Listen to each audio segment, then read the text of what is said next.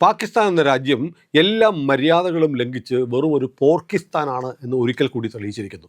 148 കോടി ജനങ്ങളുടെ നേതാവാണ് ഇന്ത്യയുടെ പ്രധാനമന്ത്രി.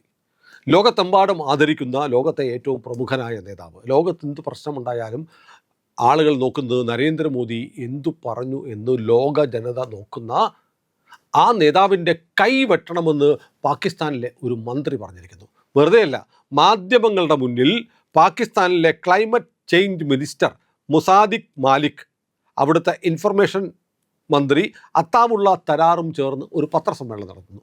പത്രസമ്മേളനം നടത്തിയിട്ട് ഈ മുസാദിഖ് മാലിക് പറയുകയാണ്, അയൽ രാജ്യത്ത് അവിടുത്തെ പ്രധാനമന്ത്രിയെ നിയന്ത്രിക്കുന്ന ഒരു ടാപ്പുണ്ട്, അതിൽ നിന്ന് ഒരു തുള്ളി വെള്ളം പോലും പാകിസ്ഥാനിലേക്ക് ഒഴുക്കാൻ സമ്മതിക്കില്ല എന്നാണ് അയാൾ പറയുന്നത്. ഞങ്ങളുടെ വെള്ളം കുടിക്കുന്നവൻ്റെ കൈ വെട്ടിമാറ്റാൻ ഞങ്ങൾ തയ്യാറാവും. നോക്കൂ, ആരെക്കുറിച്ചാണ്? അയൽ രാജ്യം, ഇന്ത്യയുടെ പേര് പറഞ്ഞില്ല, പ്രധാനമന്ത്രിയുടെ പേര് പറഞ്ഞില്ല. എന്നാൽ പറയുന്ന വിഷയം എന്താണ്? വെള്ളം. ഇവിടെ ഒരു ടാപ്പുണ്ട്, ആ ടാപ്പ് പൂട്ടിവെച്ചിരിക്കുകയാണ്, ഒരു തുള്ളി വെള്ളം പോലും തരില്ല എന്ന് പറയുന്നു.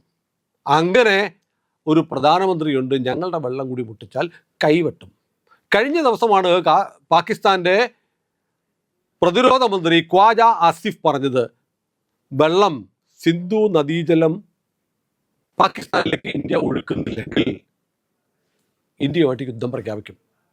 അതിൻ്റെ തുടർച്ചയായിട്ടാണ് ഒരു മന്ത്രി പരസ്യമായി വാർത്താ സമ്മേളനം നടത്തി ഇന്ത്യയുടെ പ്രധാനമന്ത്രിയുടെ കൈവെട്ടും എന്ന് പറയുന്നത്. ഇന്ന് പാകിസ്ഥാനിൽ സിന്ധു നദീജല കരാറിനെ സംബന്ധിച്ച് ഒരു അന്താരാഷ്ട്ര സെമിനാർ നടക്കുന്നുണ്ട്.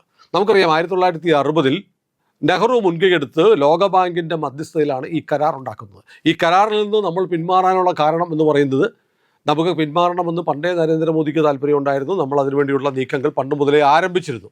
പക്ഷേ 1960 സെപ്റ്റംബർ 19 ഉണ്ടാക്കിയ ഈ കരാർ പ്രകാരം ജലത്തിൻ്റെ 80%, നമ്മുടെ നാട്ടിലൂടെ ഒഴുകുന്ന ഏറ്റവും പ്രധാനപ്പെട്ട നദികളിലെ ജലത്തിൻ്റെ 80% പാകിസ്ഥാന് കൊടുക്കാം. അവിടെ നമുക്ക് അണകെട്ടാൻ പോലും നമുക്ക് പറ്റില്ല, പാകിസ്ഥാൻ അണകെട്ടാം എന്നൊക്കെ പറഞ്ഞുണ്ടാക്കിയ കരാറായിരുന്നു. ഇന്ത്യ വിരുദ്ധമായ ഒരു കരാറായിരുന്നു പാകിസ്ഥാന് വേണ്ടി അന്നത്തെ കോൺഗ്രസ് സർക്കാർ ഉണ്ടാക്കിയത്.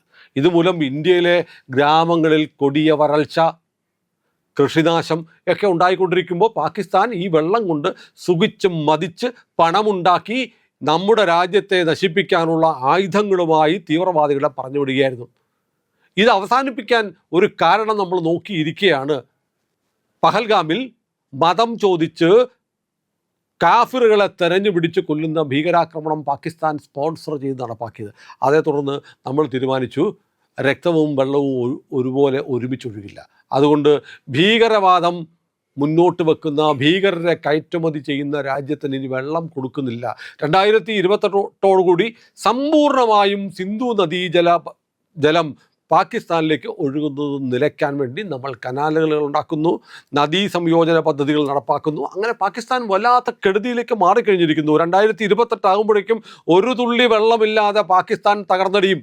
പഞ്ചാബ്, സിന്ധ് മേഖലകൾ, കാർഷിക മേഖലകൾ, പാകിസ്ഥാനിലെ ഏറ്റവും സമ്പന്നമായ മേഖലകൾ നശിക്കും. പാകിസ്ഥാനിൽ വലിയ കലാപം ഉണ്ടാവും, ജനം സർക്കാരിനെ വലിച്ച് താഴെയിടുന്ന അവസ്ഥ ഉണ്ടാകുമെന്ന് പാകിസ്ഥാൻ അറിയാം.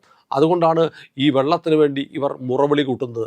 പല രാജ്യങ്ങളിൽ ഇപ്പോൾ കാമ്പയിൻ നടത്തിക്കൊണ്ടിരിക്കുക, ഇന്ത്യ ഏകപക്ഷീയമായി വെള്ളം നിഷേധിച്ചിരിക്കുന്നു, വെള്ളം കൊണ്ട് രാഷ്ട്രീയം കളിക്കരുത്, ജലയുദ്ധം നടത്തുകയാണ് എന്നൊക്കെ പറഞ്ഞു. പക്ഷേ ഐക്യരാഷ്ട്രസഭയിൽ നമ്മുടെ ഫസ്റ്റ് സെക്രട്ടറി അനുപമ സിംഗ് പറഞ്ഞിരുന്നു, അങ്ങനെ ജലമൊന്നും ഒരു കാലത്തും ഒഴുകത്തില്ല.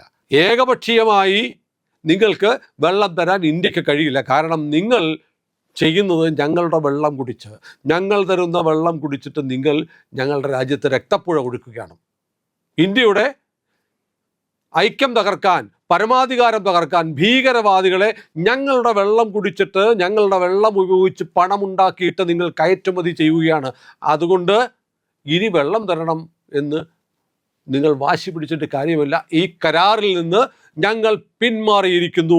ഏകപക്ഷീയമായിട്ടല്ല, നിങ്ങൾ കരാർ വ്യവസ്ഥകൾ ലംഘിച്ചിരിക്കുന്നു.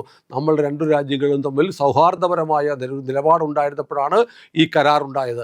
നിങ്ങൾ ഞങ്ങളെ നിരന്തരം ആക്രമിക്കുന്ന രാജ്യമായി മാറിയതുകൊണ്ട് ഈ കരാർ വ്യവസ്ഥ പാലിക്കാൻ ഞങ്ങൾക്കൊരു ബാധ്യതയുമില്ല എന്ന് പറഞ്ഞ അനുപമ സിംഗ്, ഇന്ത്യയുടെ ഫസ്റ്റ് സെക്രട്ടറി, ഐക്യരാഷ്ട്രസഭയിലെ 1ാമത്തെ സെക്രട്ടറി നടത്തിയ പ്രസംഗം ആ സമയത്ത് വലിയ വാർത്താ പ്രാധാന്യം നേടിയിരുന്നു.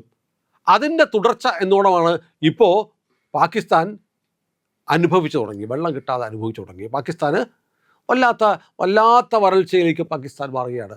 പാകിസ്ഥാനിൽ അറിയാം, POK മേഖലയിൽ ജനങ്ങൾ വലിയ കലാപത്തിലാണ്, സർക്കാരിനെതിരെ കലാപത്തിലാണ്.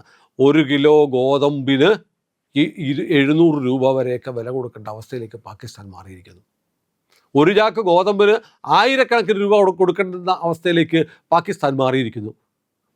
POK എന്ന് പറയുന്ന പ്രദേശത്തേക്ക് സൈന്യത്തെ അയക്കുകയാണ് പാകിസ്ഥാൻ. അവിടെ ജനങ്ങൾ കലാപം, ബലൂചിസ്ഥാനിൽ കലാപം, പഖ്തൂൺ ഖൈബർ മേഖലയിൽ കലാപം. അങ്ങനെ പാകിസ്ഥാൻ വല്ലാതെ ഉഴറിക്കൊണ്ടിരിക്കുന്ന സമയത്ത് കുടിവെള്ളം പോലും കിട്ടിയില്ലെങ്കിൽ പാകിസ്ഥാന് മുന്നോട്ട് പോകാൻ പറ്റില്ല.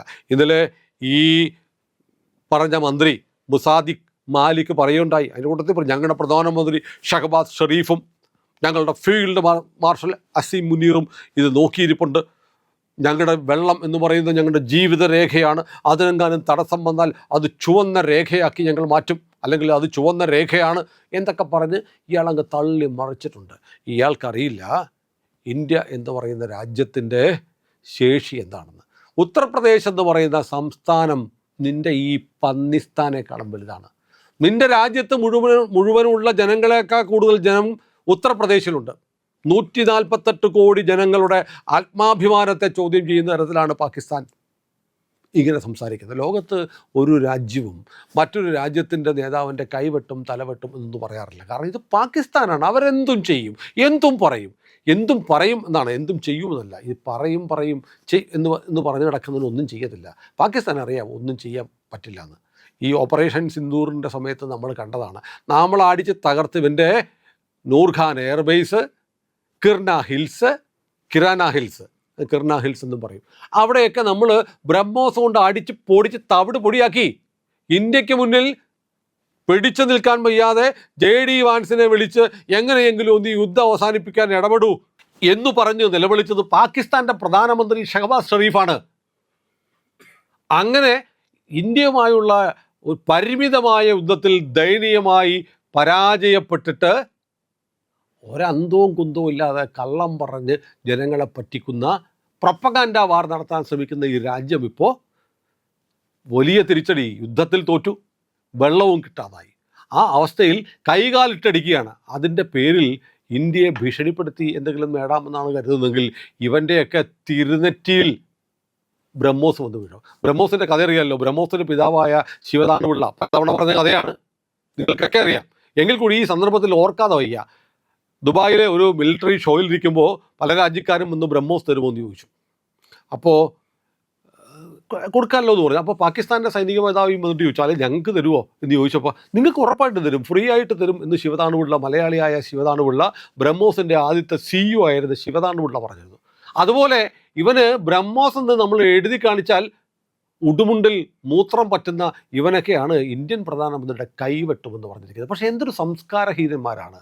ഒരു രാജ്യം മറ്റൊരു പരമാധികാര രാജ്യത്തിൻ്റെ പ്രധാനമന്ത്രിയെ ആ രാജ്യത്തെ മന്ത്രിമാരിരുന്ന് വാർത്താ സമ്മേളനത്തിൽ ടെലിവിഷൻ ക്യാമറയ്ക്ക് മുന്നിലിരുന്ന് പേര് പറഞ്ഞില്ലെങ്കിലും രാജ്യം പറഞ്ഞില്ലെങ്കിലും കൈവെട്ടും എന്നൊക്കെ പറയുന്നത്. ഇത് കണ്ടിട്ടാവണം അമേരിക്കയുടെ ഇന്ത്യൻ അംബാസഡർ സെർജിയോ ഗോർ ഇന്ന് രാവിലെ ഒരു സ്റ്റേറ്റ്മെൻറ്റ് നടത്തിയിട്ടുണ്ട്.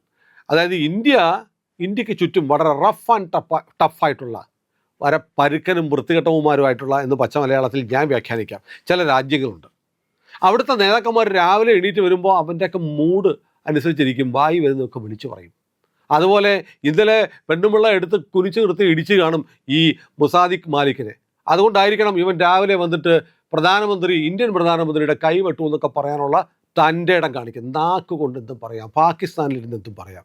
നീ പാകിസ്ഥാനിലിരുന്ന് ഇത്തരം പന്നത്തരം പറഞ്ഞാൽ നീ ഉൾപ്പെടെയുള്ള പന്നിയുടെ മക്കളെയൊക്കെ തീർക്കാൻ ഒറ്റ ബ്രഹ്മോസ് മതിയെന്ന് ഈ പാകിസ്ഥാൻ മന്ത്രി ഓർക്കുന്നത് നന്നായിരിക്കും. ഏതായാലും 148 കോടി ജനങ്ങളുടെ നേതാവാണ് ഭാരതത്തിൻ്റെ പ്രധാനമന്ത്രി. രാഷ്ട്രീയമായി അഭിപ്രായ വ്യത്യാസമുണ്ടെങ്കിലും രാജ്യത്തെ ഭൂരിപക്ഷം ആളുകളും, ഈ പോർക്കിസ്ഥാൻ പ്രേമികളല്ലാത്ത ഭൂരിപക്ഷം ആളുകളും നരേന്ദ്രമോദി എന്നുള്ള ഇന്ത്യൻ പ്രധാനമന്ത്രിക്ക് മുന്നിൽ അണിനിരക്കും. പിന്നെ ഭൂപടത്തിൽ പാകിസ്ഥാൻ ഉണ്ടാവില്ല. ഇനി ഇന്ത്യയും പാകിസ്ഥാനും തമ്മിൽ ഒരു പൂർണ്ണ തോതിലുള്ള യുദ്ധമുണ്ടായാൽ എല്ലാവർക്കും അറിയാം എന്താ സംഭവിക്കാൻ പോവുക എന്നത്. ഭൂപടത്തിൽ പാകിസ്ഥാൻ ഉണ്ടാവില്ല. കാർഗിൽ പരിമിത യുദ്ധമായിരുന്നു, ഓപ്പറേഷൻ സിന്ദൂർ പരിമിത യുദ്ധമായിരുന്നു.